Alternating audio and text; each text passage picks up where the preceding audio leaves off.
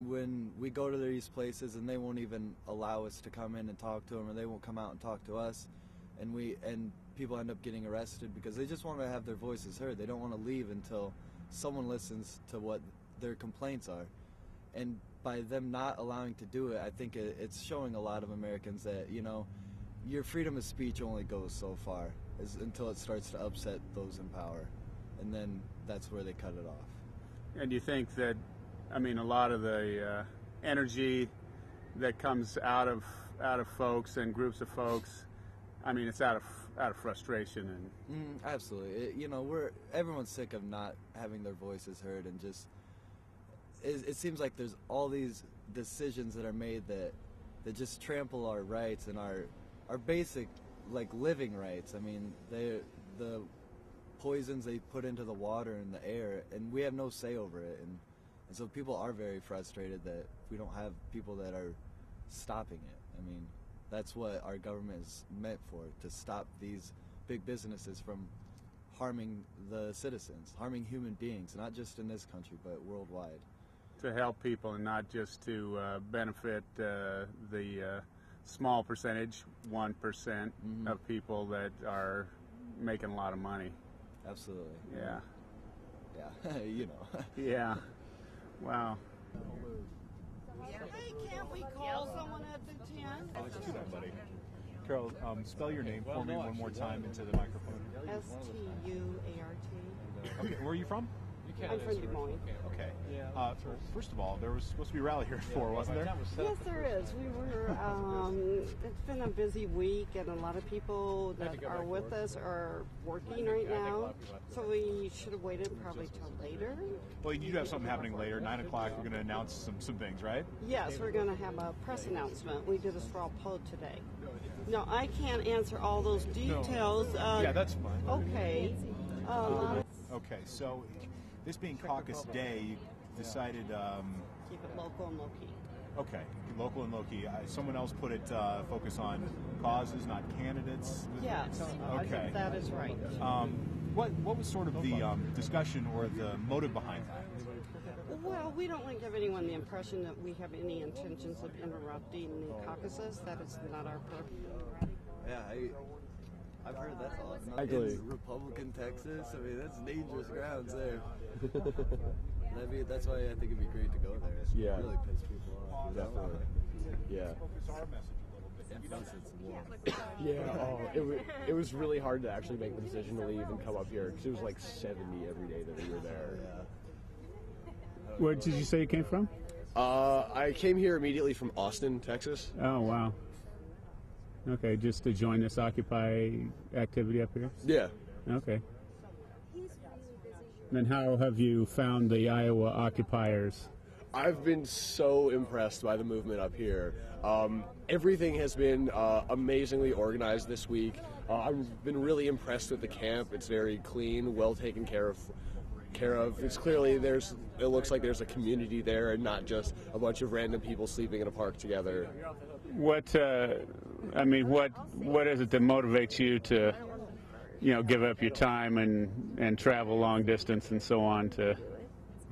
Well, I'm actually traveling for a little bit of a selfish reason. I'm doing research for my master's project. Okay. Basically studying the use of consensus and conflict management within the Occupy movement. Really? Mm-hmm. Okay, and what do what kind of things are you? I'm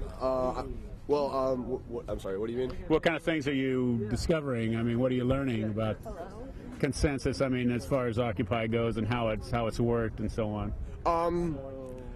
I'm a student in the conflict resolution program at the University of Oregon, so consensus is something that's familiar to me. But it's just really interesting to see all the different solutions that the different groups come up with. Some people come up with different hand signals, some people have slightly different processes, and then of course there's always like sort of the spur of the moment decisions that need facilitation, that need people to come together in agreement, and just the different ways that the groups do that is pretty interesting. Do you think it's democratic? Oh yes, very. Like there are some places that have some issues in their process. It's not necessarily with the process itself, but more building trust within the community. I would say that was the problem with Austin, which is where I just was. But they sent me here to go, in general, all of the movements have been amazingly committed to ensuring an open, inclusive process and to make sure that it's really transparent. Okay. Any other observations or comments about the whole? How long have you been here? I got here Saturday. Okay, and any comments or thoughts about the manner in which Occupy has used to make their voices heard? You know, to the mic check and all that.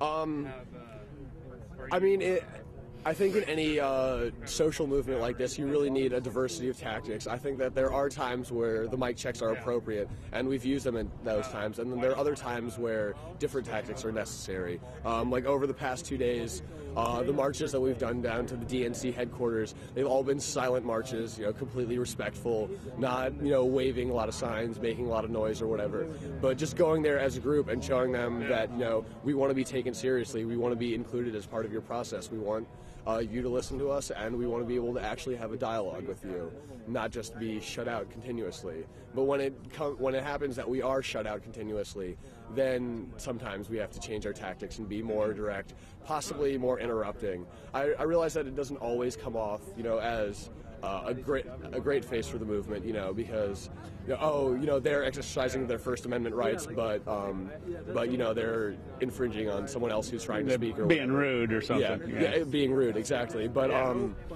I mean, I think that the situations that we have gone out there and done stuff like that, it's because we haven't been able to be heard by these people in any other manner.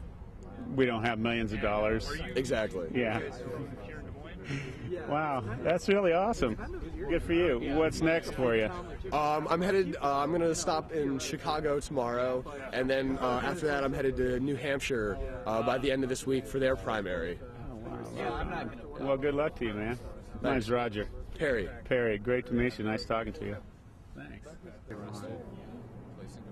Did you do the video? Same thing at the so-called war room down at the.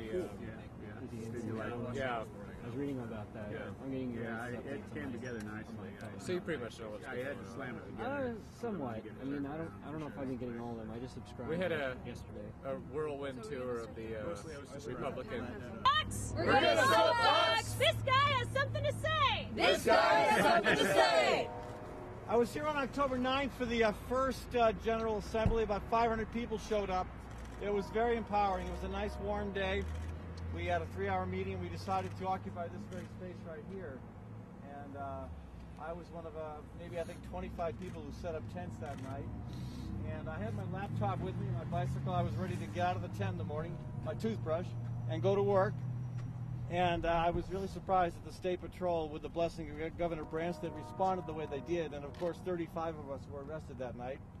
We were given a permit. We did spend another 3 nights here, and then were evicted again.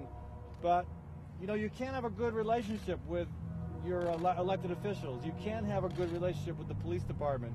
And the Des Moines Police and Mayor County have been wonderful to work with. They've let us have a presence at Stewart Square Park. That's gone pretty well.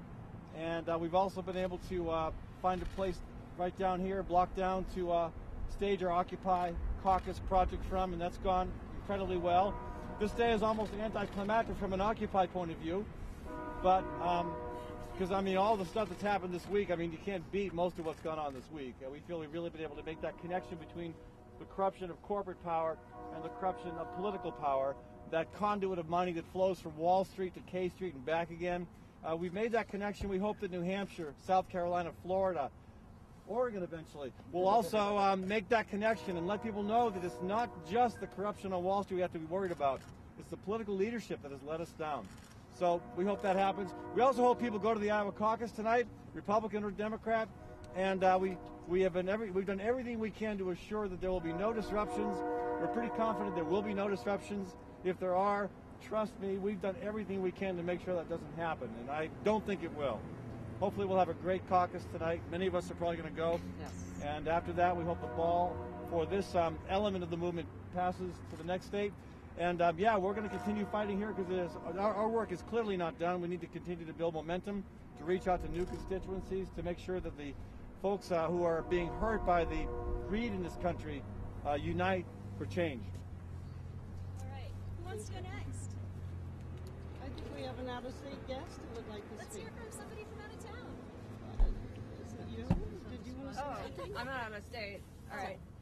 I want to open discourse on what an abysmal failure direct representative democracy and trickle-down economics have been.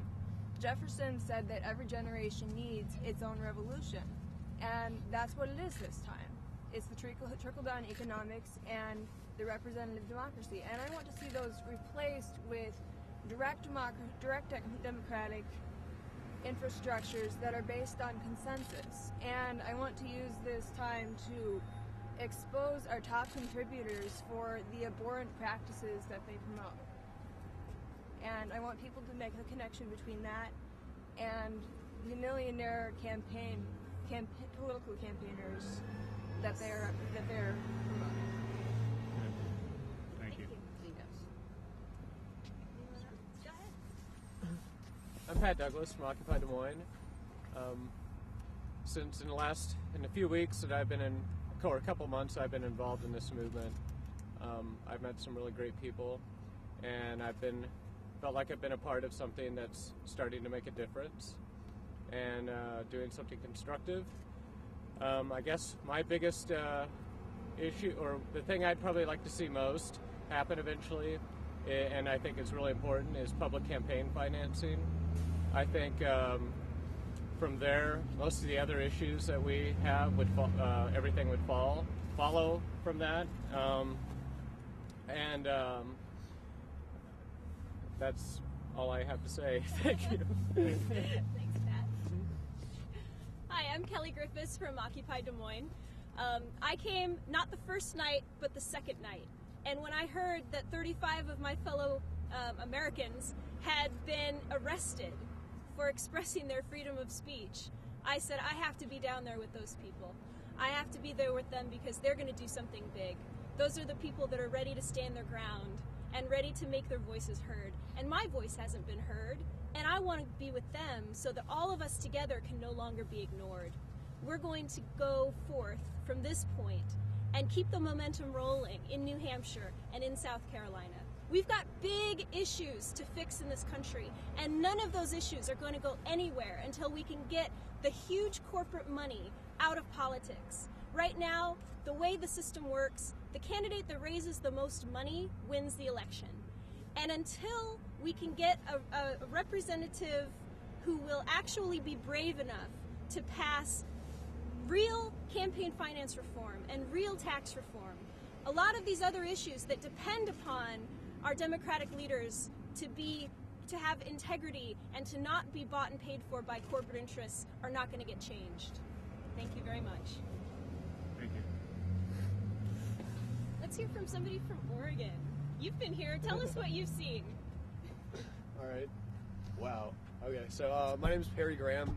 I'm from Eugene, Oregon. I've been here, I guess this is my 4th day here, but it seems like I've been here a week or two. Everyone that I've met here from Des Moines and who's traveled all over, it really feels like we have a family here. We're changing the world because we're changing the way we relate to each other. Based off building a society that cares about each other is the first step to really having a political system, a government that will actually care for its people instead of the 1% of people who give it the most money and take the most money from the rest of the people. What we've done here in Des Moines and in Iowa, it has been incredible. I've been so inspired by the people that I've met here and the actions that I've seen that I participated in the die-in yesterday, and I was arrested at the DNC headquarters, or at the hotel where they were staging their war room. And just because of how powerful that I believe that this event has been, Occupy the Caucus has been, I'm leaving tomorrow to head to New Hampshire to help Occupy New Hampshire out with their primary, which is a week from today. From then, I'll be traveling down to D.C. to occupy Congress on the 17th, and then just who knows from there. But I'm going to keep doing what I'm doing because I really believe that this movement has the keys to changing this country, to changing this world, and it's about occupying the world with love. Thank you. On the spot. Hi, I'm Danielle Ryan. I'm from Occupy Des Moines. I was also here on October 9th, and as Ed mentioned, a much warmer climb at the time. I had my tent set up back there. The views changed a little bit, but the spirit still hovers here for me. Just being here is a very spiritual experience, and this whole movement has been a very spiritual experience. I was one of those young people who probably for the past 8 years kind of just floundered about, not feeling like I could really issue any change. I'd voted in every election, local elections, probably one of the few young people who actually care to vote in local elections. And I still hadn't seen anything, change for the better. And when I came down here on October 9th, and the almost 3 months since then, I have felt such an overwhelming sense of community with all of the people that I've met, and especially this week, meeting people from across the country that I would have never had the experience to meet before, and to take our message straight to the candidates, and to show the country and the world that these political leaders who say they want to represent us would rather have us arrested than hear our voice. And it happened on both sides of the aisle, with the Republicans and with the Democrats. And I think, but maybe they didn't realize is, but by having us arrested, they're actually helping us get our voice out to the world, because people started to pay attention and be like, why are so many people getting arrested? And I hope that the momentum we've gained over the past week, that Occupy Des Moines can carry that on throughout the new year, and that the people that came here to Des Moines can take that with them out into the country and use that momentum to enter, the next phase of the occupation nation and worldwide. Yes.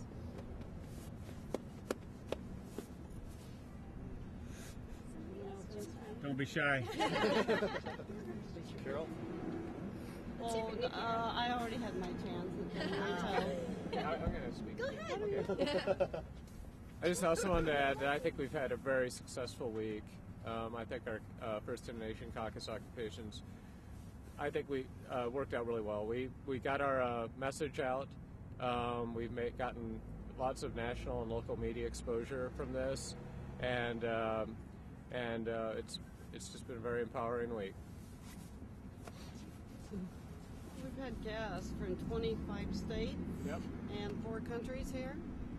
That's pretty powerful too. I didn't expect to see that many people travel to Iowa for a caucus event. And that speaks highly too of our movement. And I think we set an example that will be carried over to other states on occupying their candidates when they reach their regions or states. Yeah, we stand here in solidarity with our brothers and sisters in Oakland, in New York City, in Paris, in Europe, Asia, across the world. This is not an issue that affects only Americans, because, a lot of people look up to America, and we are not setting a good precedent. Like, what message do we send to the rest of the world when, we are willing to detain our own citizens, when we are willing to corrupt our own, our own campaigns? We're not here to protect, they're not here to protect us. They're here to line their pockets. And it breaks my heart. It is. It's very emotional. Very emotional.